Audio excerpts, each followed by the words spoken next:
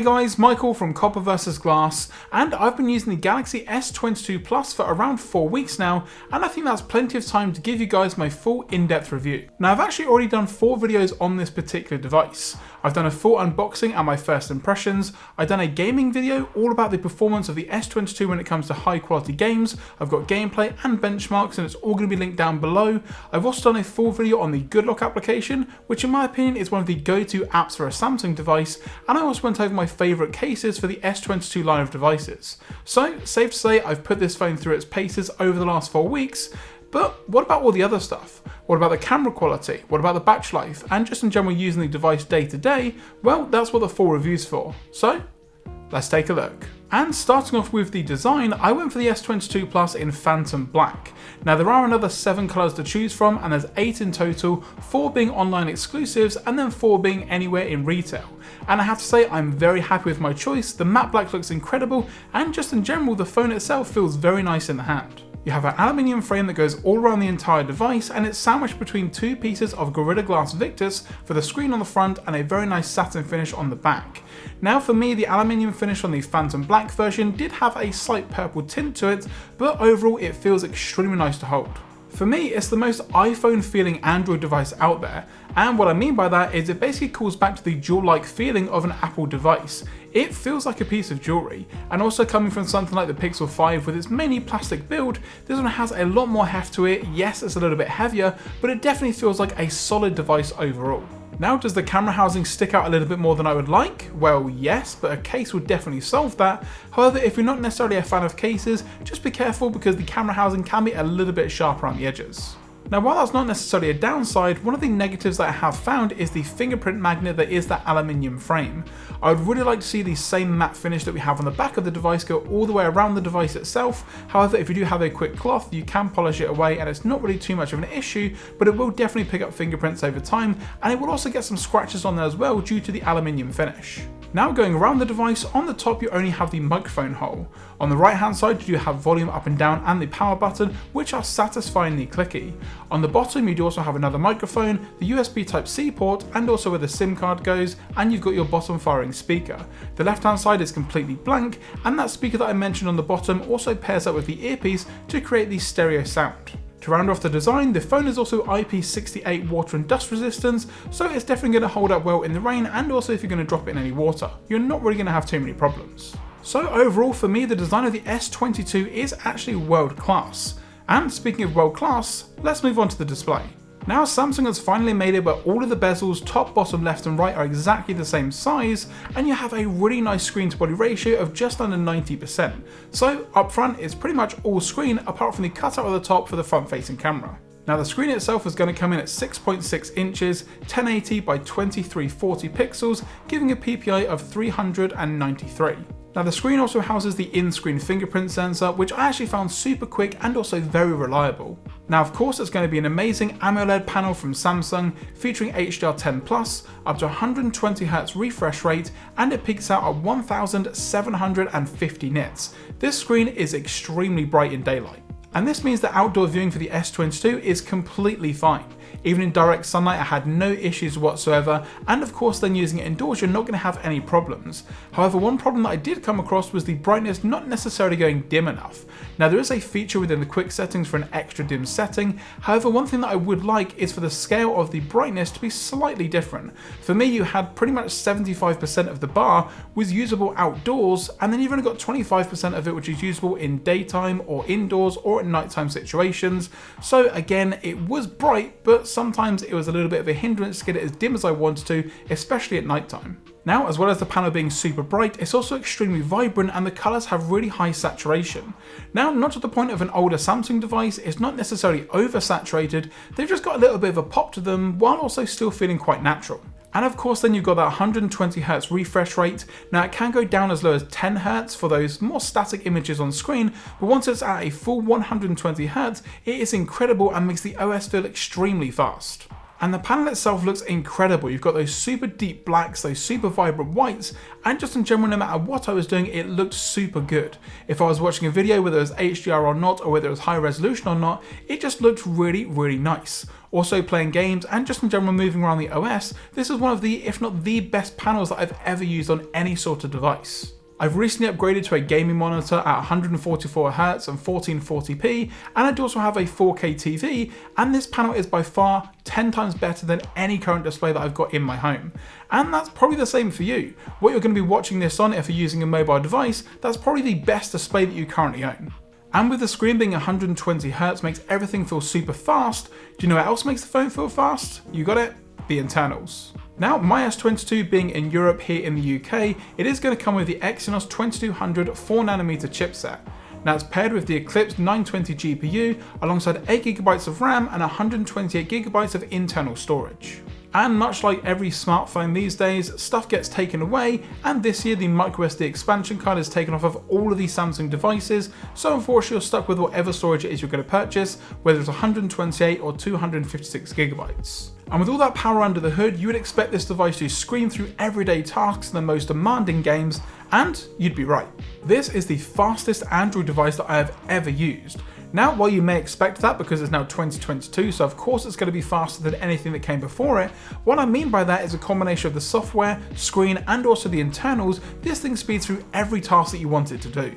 Now, while the screen being 120Hz may definitely help with the speed of the device, just in general things like launching games and photo processing is some of the quickest that I've ever seen. Loading a game like Call of Duty Mobile is done in no time whatsoever, so just in general I was using the device more because it wasn't slow, it wasn't slowing me down, and I could do whatever I wanted to. And if you're worrying about any speed issues or heating issues with the Exynos compared to the Snapdragon, I wouldn't necessarily worry too much. I haven't had my S22 heat up really all that much unless I was playing a very demanding game. So for example, if I was playing Call of Duty Mobile or Genshin Impact for a long period of time, yes it does get hot, but you kind of expect that of any mobile device these days. Especially with these more demanding and more graphically intense games, they're bound to get hot. But it wasn't an issue day to day if I was taking any long form video in 4K, taking a ton of photos, or just in general scrolling through social media. There was no heat up issues whatsoever. But like I mentioned at the start of this video, if you guys want to see a full in-depth review on gaming on the S22, it's going to be linked in that description below. Now of course it's running the latest version of Android, Android 12, and on top of that you are going to have Samsung's One UI.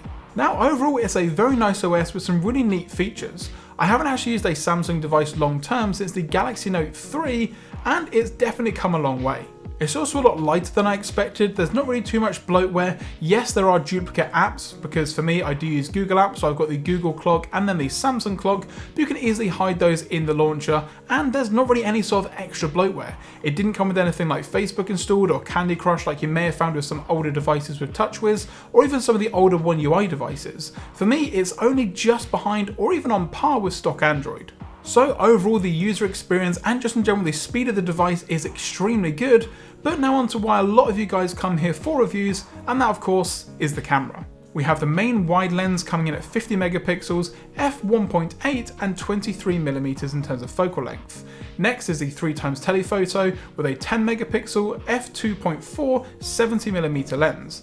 And rounding it all up, we've got the 12 megapixel f2.2 13mm ultra wide lens. The front shooter is 10 megapixels f2.2 at a 26mm equivalent lens. Now while that's a lot of numbers, all you need to know is you've got a ton of variety when taking photos and videos with this device. Now the rear 50 megapixel shooter can also do 8K video at 24 frames a second.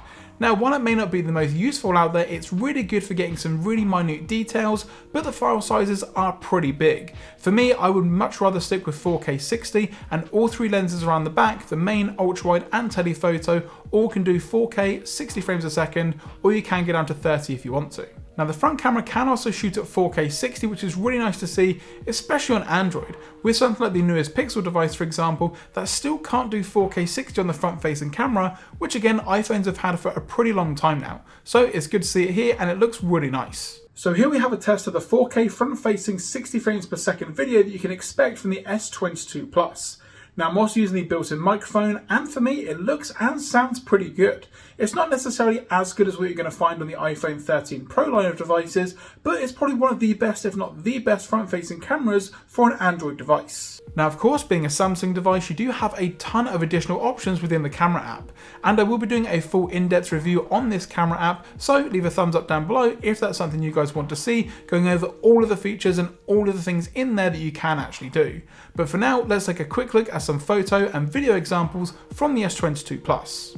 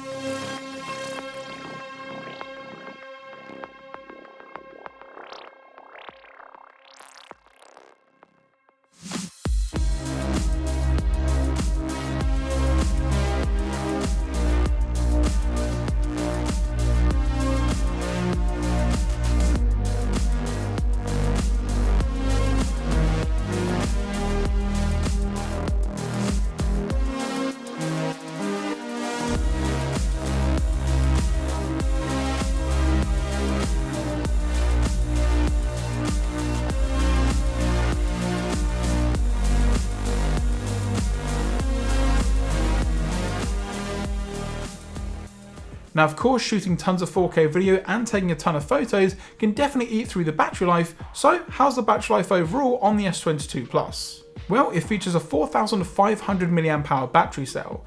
Now, while some people were saying 5000 would have been a better option, it would have made the phone a little bit thicker, and for me the battery life itself is actually pretty good. Now I would actually consider myself a heavy user of my device. In and out of applications all day, watching a ton of video, listening to music on Spotify, playing games, taking photos and videos. I do pretty much all of that on a daily basis with my device. So for me, it wasn't necessarily about the screen on time, because that will vary depending on exactly what you're going to be doing. It was more for the fact of whether it would last a day or not. And the S22 Plus does a really good job of that.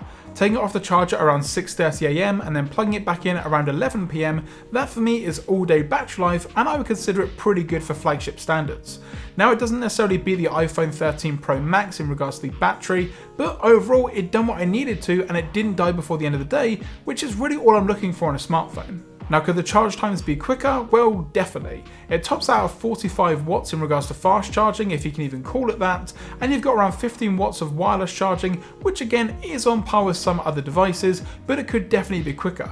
However, putting it on charge for around 10-15 minutes gets you around 30% battery life, so that kind of gives a good indication of how much you're going to have before you leave the house. If you jump in the shower and you want to get ready in the morning, for example, you are going to have enough battery to probably get you through the day, as long as you're not playing too many games and taking too many 4K videos. And to be honest guys, that's actually going to do it for my full in-depth review of the S22 Plus. Now like I mentioned, I have done 4 other videos on this device, which are all going to be linked in that description down below. However, if you guys have the new line of S22 devices, whether it's the normal one, the Plus model or the Ultra, let me know in the comments below your experience and just in general anything that you do or don't like about the device. If you did enjoy this video, be sure to give it a thumbs up down below, and if you're not already subscribed, now's a great time to do so. And once you've hit that subscribe button, don't forget to turn on notifications so you're notified anytime I post a video here on the channel. I'm Michael from Copper vs Glass. Thanks very much for watching, and I will catch you guys in the next video.